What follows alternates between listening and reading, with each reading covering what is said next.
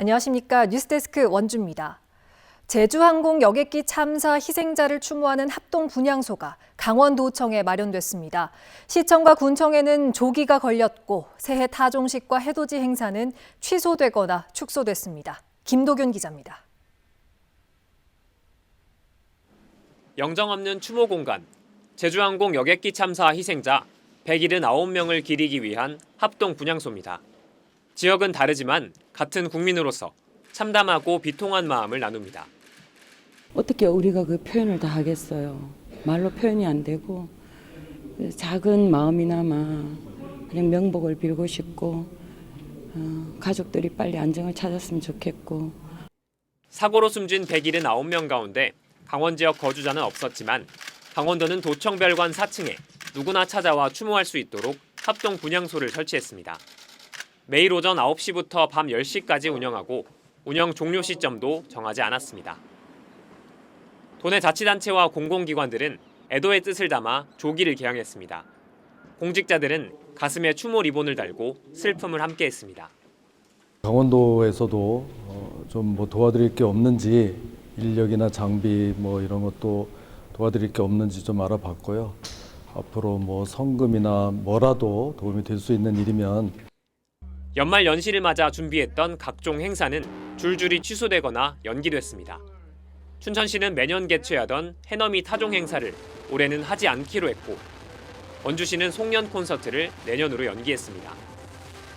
강릉시와 삼척시 등 동해안 시군들은 새해맞이 불꽃놀이와 공연, 해맞이 행사를 대폭 축소했습니다. 다만 해맞이 명소 사고 예방과 교통 통제를 위해 경찰과 안전관리 담당 공무원들은 예정대로 배치됩니다.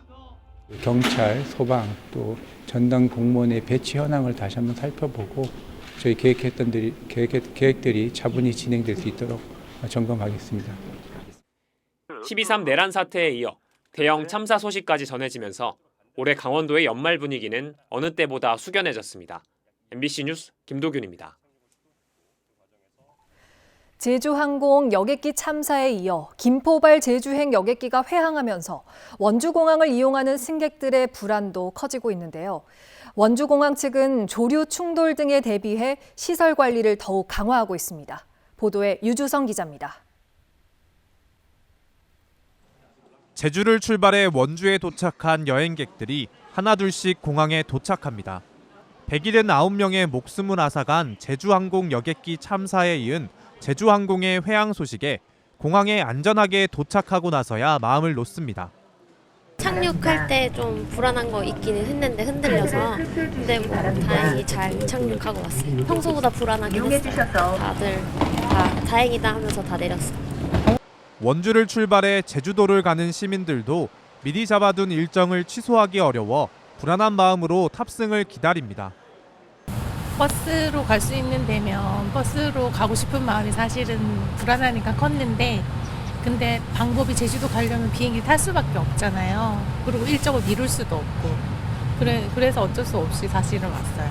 원주에서 제주를 오가는 진에어 항공기가 사고 여객기와 같은 보잉사의 737-800 기종인데다 참사의 주요 원인 중 하나로 지목되는 새와 항공기의 충돌이 지난해 국내 공항에서만 130건 발생한 것으로 확인되면서 불안감이 커지고 있습니다.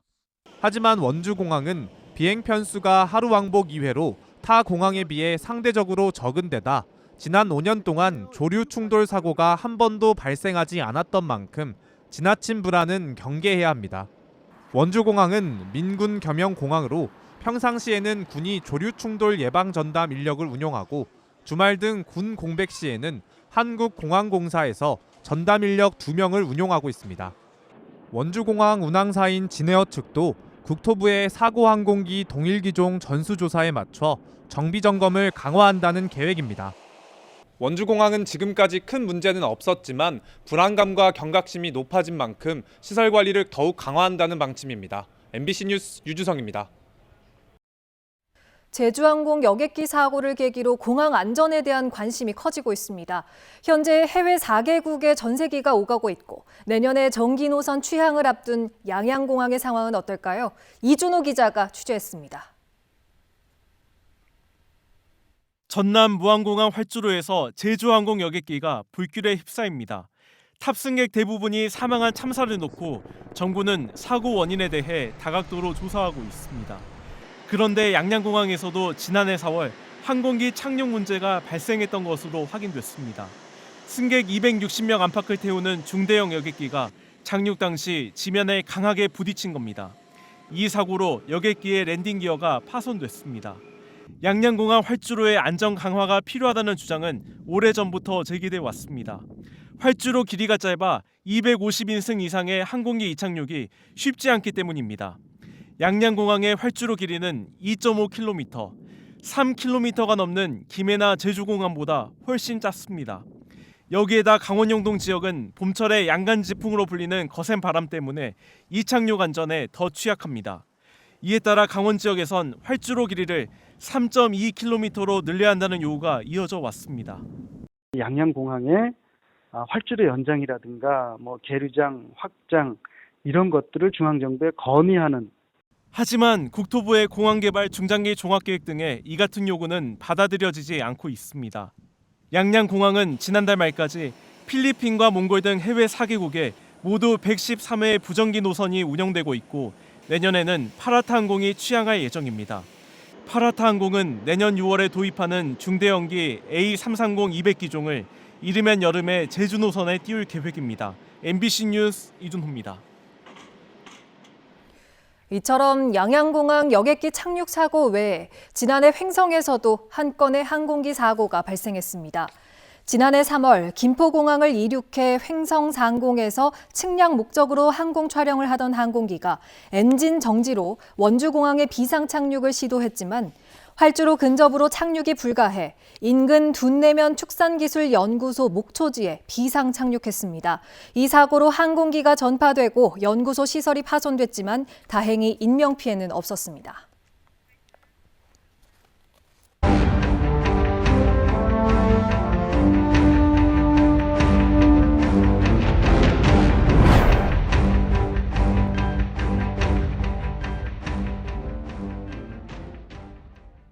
올해 초 전 세계 동계 스포츠 종목 청소년 선수들이 강원도에 모이는 2024 강원 동계 청소년 올림픽이 열렸습니다. 2018 평창 동계올림픽 못지않게 성공적으로 치러졌다는 평가를 받았는데요.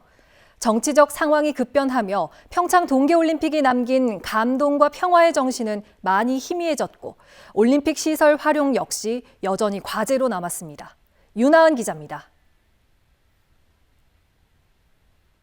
2018 평창 동계올림픽 개최 이후 6년 만에 강원도에서 치러진 또 하나의 메가 스포츠 이벤트. 2024 강원 청소년 동계올림픽이 성대한 막을 올렸습니다. 아시아에서 열린 최초의 동계 청소년 올림픽이자 역대 최대 규모인 79개 나라 1,800여 명의 선수들이 참가해 선의의 경쟁을 펼쳤습니다. 불과 10여 년 전만 해도 선수 확보가 어려웠던 동계 종목에서 우리나라, 특히 강원도 선수들의 활약이 빛났습니다. 일단 메달 딸 거라고 일단 확신이 있었고 일단 메달을 따게 돼서 너무 기쁘고 행복합니다. 2018 평창 동계올림픽 유산 프로그램을 통해 처음 동계 스포츠를 접하고 훈련해온 눈이 없는 나라 선수들도 좋은 성적을 내며 특별한 감동을 선사했습니다. First medal for winter sport and I'm so proud. Yeah. No winter in Thailand. The Pyeongchang Legacy Foundation really helpful for us. We have track sliding. We have ice push here. 폭설과 한파라는 복병이 있었지만 자원봉사자들의 노력과 강원 도민들의 친절한 모습, K-팝, K-뷰티 등 대한민국의 문화 역량을 전 세계에 알리는 시간이 됐습니다. So it's my first time in Korea. So it's like cultural, totally different. So it's very nice to see something like this. And yeah, it's interesting. It's very interesting. 하지만 대회 준비 단계부터 개폐회식장을 놓고 2018 동계올림픽 주 개최지인 평창 소외 논란이 불거졌고 실제 개폐막식장과 선수촌이 강릉과 정선 등에 차려지면서 오점을 남겼습니다. 남북 공동 입장, 여자 하키 단일팀 구성 등 스포츠를 통한 화합과 평화의 가능성을 보여준 2018 평창 동계올림픽의 평화유산 사업들이 급변하는 정세 속에 흐려진 점도 아쉬움으로 꼽힙니다. 한 해 수십억 원의 적자를 기록하고 있는 올림픽 경기시설 활용과 관리에 대한 논란도 여전한 상황. 이런 가운데 내년에는 평창에서 세계올림픽 도시연맹 총회 개최가 확정되면서 주춤해진 평창 동계올림픽 유산 사업에 활력을 불어넣을 수 있을지 주목됩니다. MBC 뉴스 윤하은입니다. 원주시 봉산동 일대 유휴부지에 기후변화 대응 숲을 조성하는 생태환경 복원 사업이 추진됩니다. 원주시는 환경부의 생태계 보전 부담금 반환 사업을 통해 4억 5천만 원의 사업비를 확보하고 재해 위험지구 정비 사업 완료 후 방치된 부지에 봉산숲 가장자리 기후변화 대응 숲을 조성한다는 계획입니다. 야생초 화원과 생태체험 공간 등이 조성되면서 인근 치악산 바람길 숲과 연계한 시민 휴식 공간으로 활용될 전망입니다. 횡성군이 도내에서는 처음으로 유니세프 아동 친화도시 상위 단계 인증을 받았습니다. 지난 2020년 아동 친화도시 인증 당시에 제출했던 아동 친화적 횡성 전통시장 환경 조성, 축사 악취 자동 측정기 설치와 감시단 운영 등 세부 계획의 이행 실적을 인정받은 횡성군은 앞으로 4년 동안 상위 단계 인증 도시로 운영됩니다. 현재 강원도에는 춘천과 원주, 홍천과 횡성 등 4곳이 아동 친화 도시로 지정돼 있고 상위 단계 인증을 받은 건 횡성군이 처음입니다. 횡성군은 오늘 현판식을 열고 상위 단계 인증을 기념했습니다. 다음은 희망 2025 나눔 캠페인에 성금을 보내주신 분들입니다.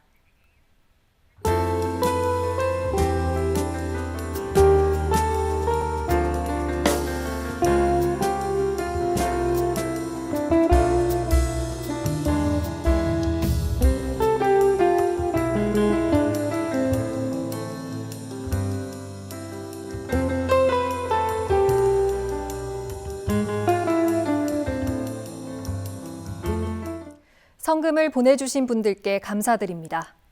다음 소식입니다. 영월군이 낙석 사고 위험으로 공사에 들어갔던 영월읍 정양리 급경사지 구간 정비를 마쳤습니다. 이에 따라 지난 10월 21일부터 통제됐던 영월군 상하수도 사업소에서 한국 남부발전 구간의 도로 통행이 1월 2일부터 재개됩니다. 계획상 통행 제한 기간은 1월 말이었지만 급경사지 상하 구간을 나누어 동시에 시공하면서 공사 기간을 단축했습니다. 평창군이 버스가 다니지 않는 마을에 지원하는 희망택시 이용 요금을 새해부터 기존 1,700원에서 1,000원으로 인하해 운영합니다. 새해부터 적용되는 버스 노선 변경으로 승강장에서 700m 이상 떨어지게 된 가구면 각 읍면 사무소에서 신청할 수 있고 한 달에 최대 8번까지 이용할 수 있습니다. 현재 평창 희망택시는 59개 마을에서 564가구가 이용하고 있습니다. 강원도가 내년 중소기업 육성자금 지원 규모를 4천억 원으로 확대했습니다. 일과 가정균형 지원 강화를 위해 육아 유연근무 지원 자금을 기존 20억에서 30억으로 늘렸고 가족 친화 기업 지원 자금 20억을 신설했습니다.